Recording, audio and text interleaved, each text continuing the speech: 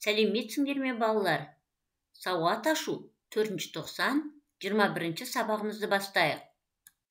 Бүгінгі сабағымыздың тақырыбы әңгіме оқимын, сөйлем деп аталады. Бұл сабақта сен мұғалімнің көмегімен оқиғаның ретін сақтай отырып баяндайсың. Жазу жолын, жол аралық кеңістікті, жолдың жоғарғы және төменгі сызығын сақтап, әріп элементтерін каллиграфиялық талаптарға сай жазасың.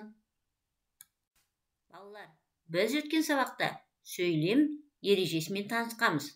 Сөйлем аяқталған ойды білдіреді. Сөйлем сөздерден құралады. Сөйлем бас әріптен бастап жазылады. Сөйлем соңына тиісті тыныс белгілері қойылады. Бізге мынандай сөйлемдер беріпті балалар. Балалар киноға барды. Мерей, сен қайда бардың? Бүгін күн керемет екен. Осы сөйлемдерді талдайық балалар. Бірінші сөйлемді оқиық. Балалар киноға барды. Сөйлемде 3 сөз бар. Балалар, бірінші сөз, киноға, екінші сөз, барды, үшінші сөз. Сөйлем бас әріптен басталып тұр, балалар деген бірінші сөзі бас әріптен басталып тұр. Сөйлем соңына нүкте қойылған. Яғни бұл балалар хабарлы сөйлем. Екінші сөйлем. Мерей, сен қайда бардың? Бұл сөйлемде балалар 4 сөз бар екен. Бірінші сөз Мерей, екінші сөз сен, үшінші сөз қайда, төртінші сөз бардың. Сөйлемнің бірінші сөзі Мерей деген сөз бас әріптен басталып жазылып тұр. Сөйлем соңында сұрақ белгісі қойылған. Яғни бұл балалар сұраулы сөйлем. Үшінші сөйлемді. Бүгін күн керемет екен. Бұл сөйлемде балалар 4 сөзден тұр. Бірінші сөз бүгін, екінші сөз күн, үшінші сөз керемет, төртінші сөз екен. Сөйлемнің бірінші сөзі бүгін деген бас әріптен басталып тұр. Сөйлем соңына леп белгісі қойылған. Яғни балалар бұл лепті сөйлем деген сөз. Жарайсыңдар балалар. Енді бірінші жаттығуға қарайық.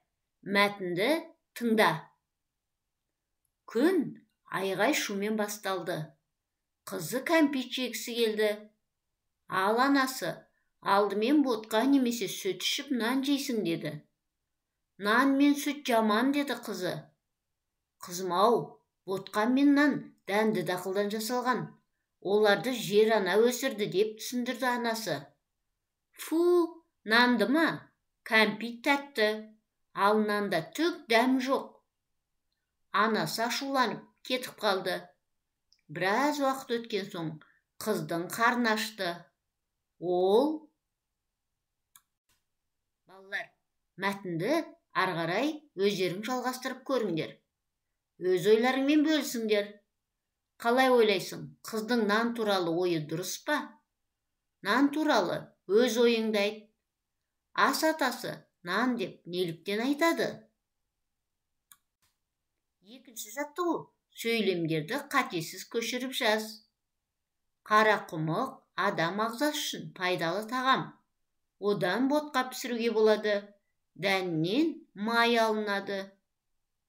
Әр сөйлемде неше сөз бар екенін айт. Сөйлемдегі сөздердің байланысын сұрақ қою арқылы тауып көр. Үшінші жаттығу. Көркем жаз. Нан ардақты асыл ас, аттамас одан кәрі жаз. Төртінші жаттығу. Бірің даяшы, екіншің тапсырыс беруші болып сөйлесіңдер. Бесінші жаттығу. Мына пиццалардың құрамы әртүрлі. Әр пиццаның қасындағы әріптерді дұрыс орналастырсаң, олардың құрамында не бар екенін табасың. Іске сәт балалар. Жарайсыңдар. Жұмыс дәптерінің 21 сабағындағы екінші, үшінші жаттығуды дұрыс көркем орындаймыз. Шығармашылық тапсырманы да орындайық. Жарайсыңдар балалар.